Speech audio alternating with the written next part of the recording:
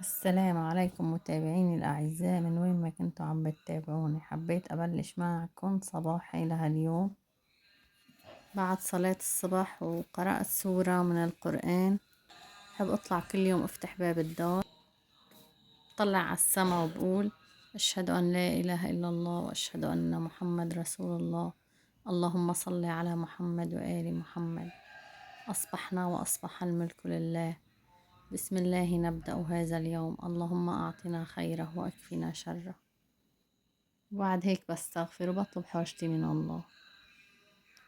هيك حبيت بلش معكم اليوم صباحا. إذا عجبكم الفيديو وعجبكم هالروتين لا تنسوا تحطوا لي لايك، تشتركوا بقناتي وتكملوا معي الفيديو للنهاية.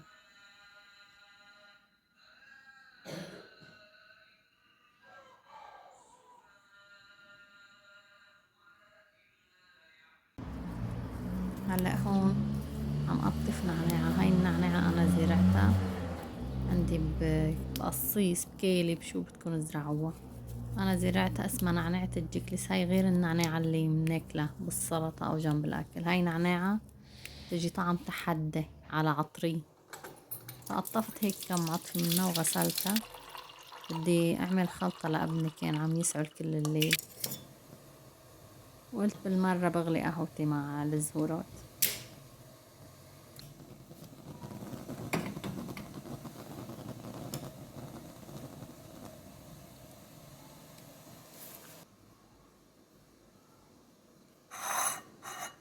هلا هون الخلطة. هاي عندي زهورات لمتها أنا من الجبل، وعندي بابونج، وعندي زعتر بري كمان لمته من الجبل، وهاي اسمها مليسة، ونعناع الجكليس. هلا هون حتة طنجرة وحتة فيها مي.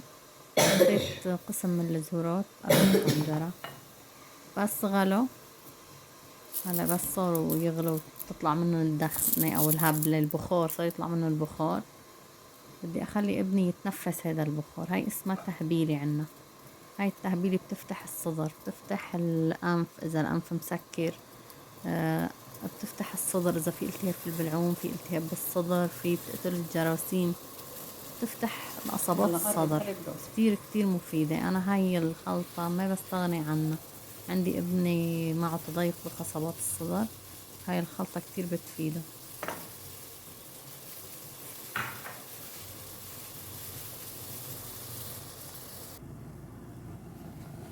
يلا نزل راسك على الهبلة. خد شهيق وزفير.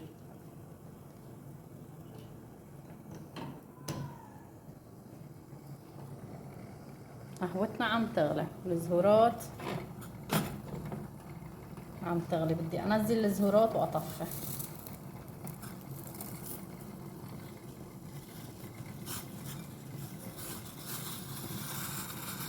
خلص الزهورات بنخلي المي لتغلي، بننزلها وما بنخليها تغلي كتير عليها حتى ما تروح الفوائد منها. خلص قلبت، حطيت الزهورات وطفيت وغطيتها، بتركها 5 دقايق وبعدين بشربها. هون مثل ما شفتوا انا خليته يماطل فوق البخار وغطيت راسه ببشكير بقطعة قماش حتى البخار كله يتغبأ بأنفه بصدره، يعني يتنفسوا منيح منيح. إذا في جراثيم بالأنف، في جراثيم بالبلعوم، هذا البخار بيقضي عليه. أنا بعمل له هاي التهبيلة صبح ومساء مدة 3 أيام. بيرجع مثل الحصان. بعمل له تهبيلة وبنفس الوقت تسقيه من الزورات. يعني هلا انا غليت له هاي الزرار تصقيه منها بعد التهبيله صبح ومساء يوميا مثل الدواء، كأني انا عملت له دواء. خلطة جدا نافعة.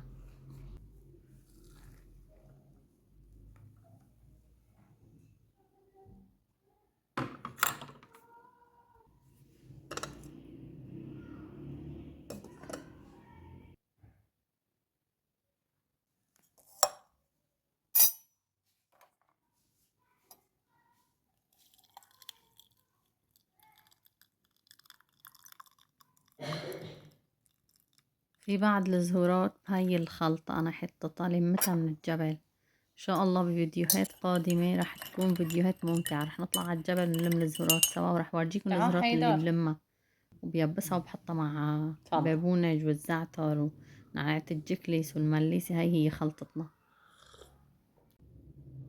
وهيك بيكون وصلت معكم لنهاية هذا الفيديو. إذا عجبكم الفيديو ما تنسوني من اللايك والاشتراك وفعلوا زر الجرس حتى يوصلكم مني كل جديد. وما تنسوا الصلاة على محمد وآل محمد. أكسب أجر أنا وأنتم. والسلام عليكم.